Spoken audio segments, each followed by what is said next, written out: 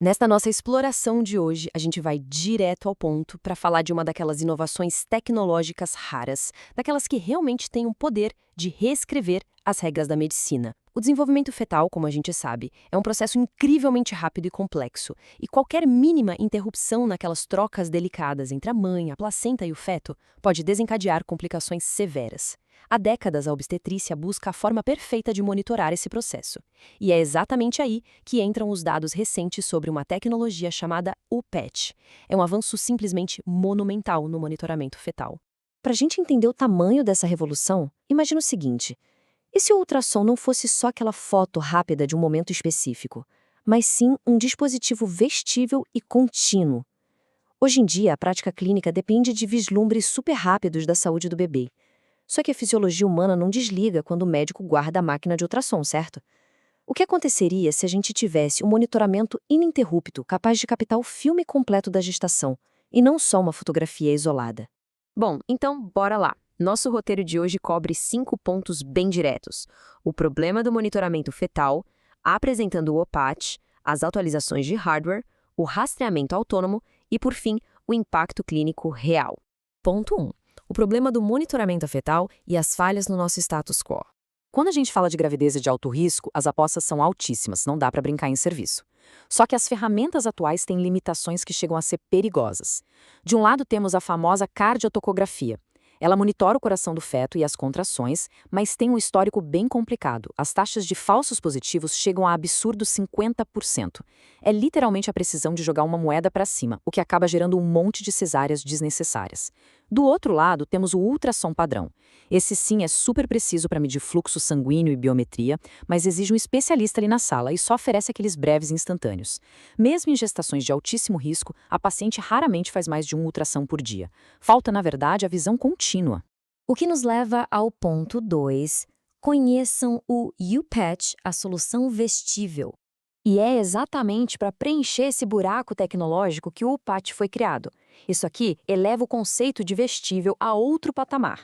Como vocês podem ver, essas múltiplas camadas são aplicadas direto no abdômen materno. Ele fica lá, quietinho, permitindo um rastreamento contínuo com as mãos totalmente livres. Ele se molda ao corpo da paciente, dobra, estica, não perde a estrutura e, o mais importante, consegue enxergar as estruturas profundas e o fluxo sanguíneo sem que ninguém precise ficar segurando um transdutor o tempo todo. Ponto 3. As atualizações de hardware. Como eles construíram um sinal tão bom? Como é que um adesivo tão fino consegue enxergar vasos sanguíneos tão lá no fundo do útero? Tirando os jargões difíceis do caminho, os engenheiros fizeram 3 grandes inovações aqui. Primeiro, um negócio chamado Super Multipass Dicing, que basicamente aumenta a largura do elemento emissor em 58%. Isso gera um sinal muito mais forte. Segundo, uma lente acústica.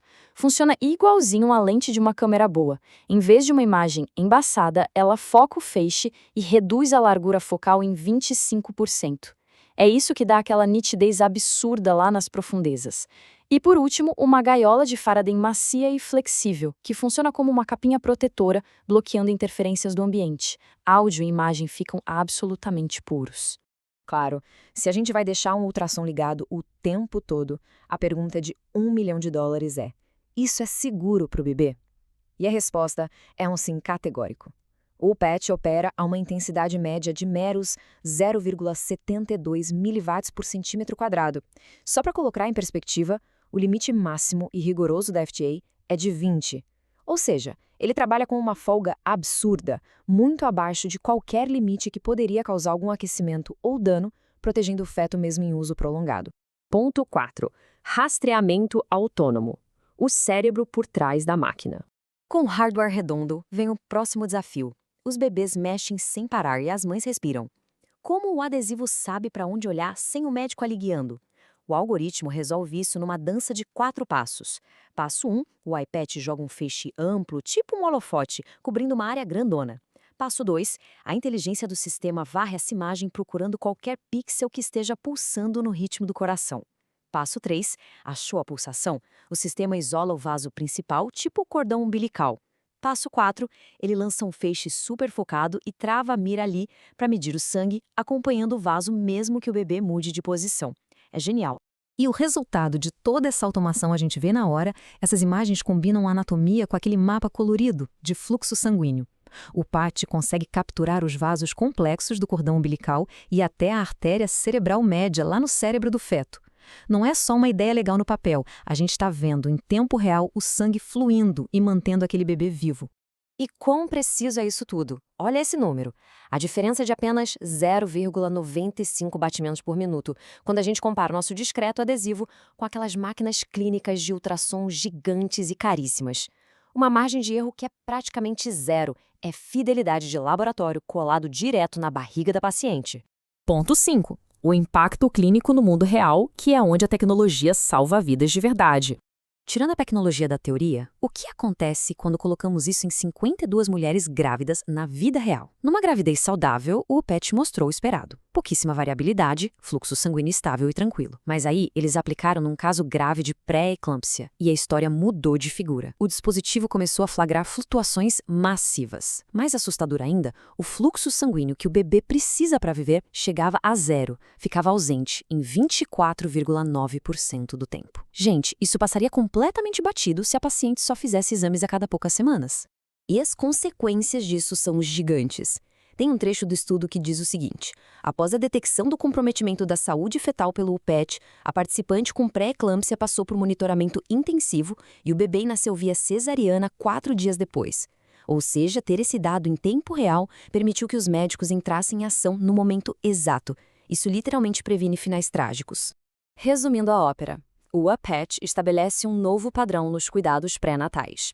Ele cria uma linha de base personalizada para cada gravidez. Monitorando o tempo todo, ele consegue diferenciar o que é só um soluço normal do bebê de algo que é realmente perigoso, o que acaba com aqueles falsos alarmes terríveis dos métodos antigos. É a medicina de precisão feita sob medida e em tempo real. Diante dessa montanha de dados impressionantes, fica uma provocação para a gente pensar.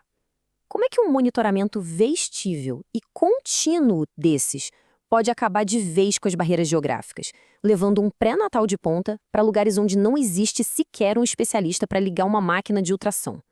A porta para esse futuro acabou de ser aberta e muda completamente como a gente pode proteger uma vida antes mesmo dela nascer. Pense nisso. A gente se vê na nossa próxima exploração.